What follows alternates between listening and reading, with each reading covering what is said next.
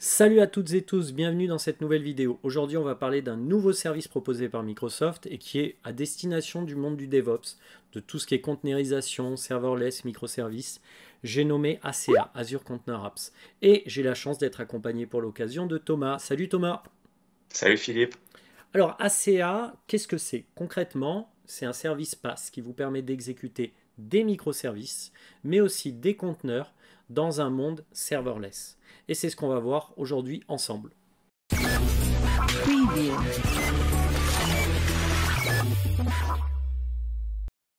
Ce service Azure Container Apps, il se positionne comme une alternative à Azure Kubernetes Services, dans le sens où avec AKS, même s'il s'agit d'un service managé, on a besoin de compétences système et réseau pour l'administrer. ACA nous offre donc la possibilité de déployer des microservices dans Azure, conteneurisés, sans avoir besoin de gérer toute la plomberie induite par AKS. ACA vous permet donc d'exécuter des conteneurs et des microservices dans une configuration serverless. Pour rappel, le serverless, c'est quoi? C'est le fait de ne pas avoir à se soucier de l'infrastructure à créer pour exécuter son code. Tout est géré par Microsoft et c'est Microsoft qui va à la volée mettre à disposition les ressources nécessaires au fonctionnement de votre applicatif au quotidien. Contrairement à notre service PaaS type Web App où vous allez devoir à la création de votre applicatif web sélectionner un runtime type Python, Ruby, PHP, etc.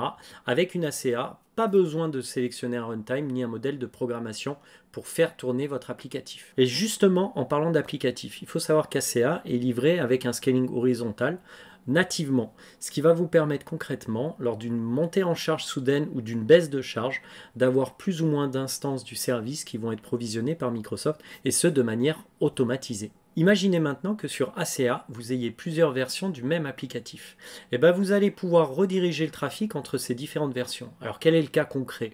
Globalement, j'ai ma prod qui tourne, mais j'ai une nouvelle version de ma prod que je viens de sortir.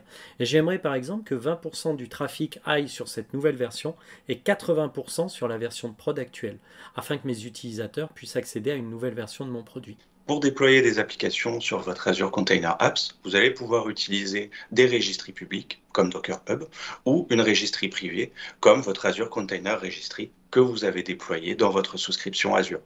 Microsoft vous conseille d'utiliser une Azure Container Apps pour 4 grands types d'applications. Les services web ou web API, les applications de type batch qui vont exécuter un traitement en arrière-plan.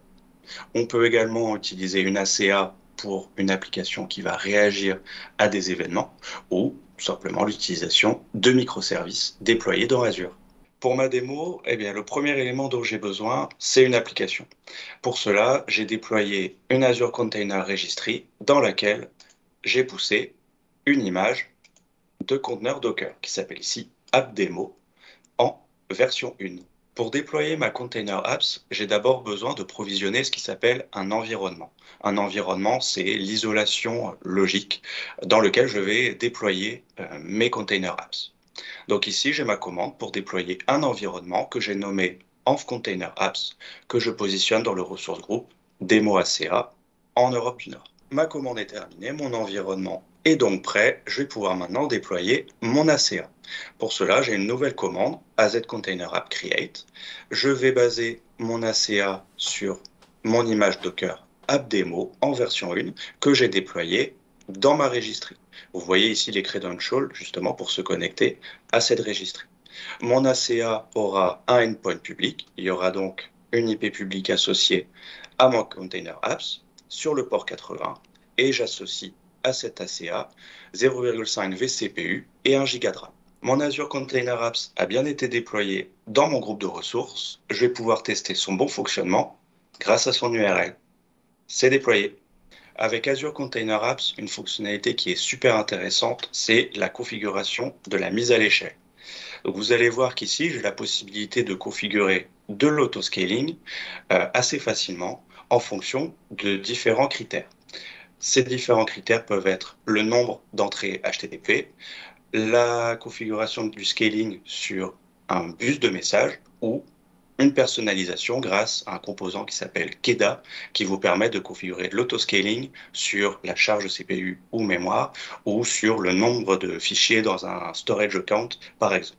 Cette vidéo est maintenant terminée. On l'a vu avec Thomas, ACA est un service complètement managé par Microsoft qui vous permet d'exécuter des conteneurs, mais aussi des microservices, et tout ça dans un environnement serverless, donc totalement managé par Microsoft. Fini la gestion des nœuds, fini la gestion des UDR, des NSG dans un AKS. On a un service clé en main qui en plus peut être scalé automatiquement comme il vous a montré.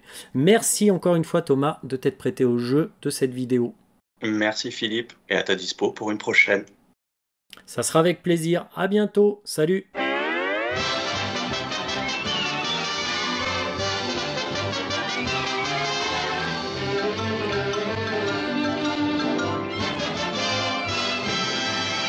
Se positionne comme une alternative à Azure Kubernetes Services dans le sens où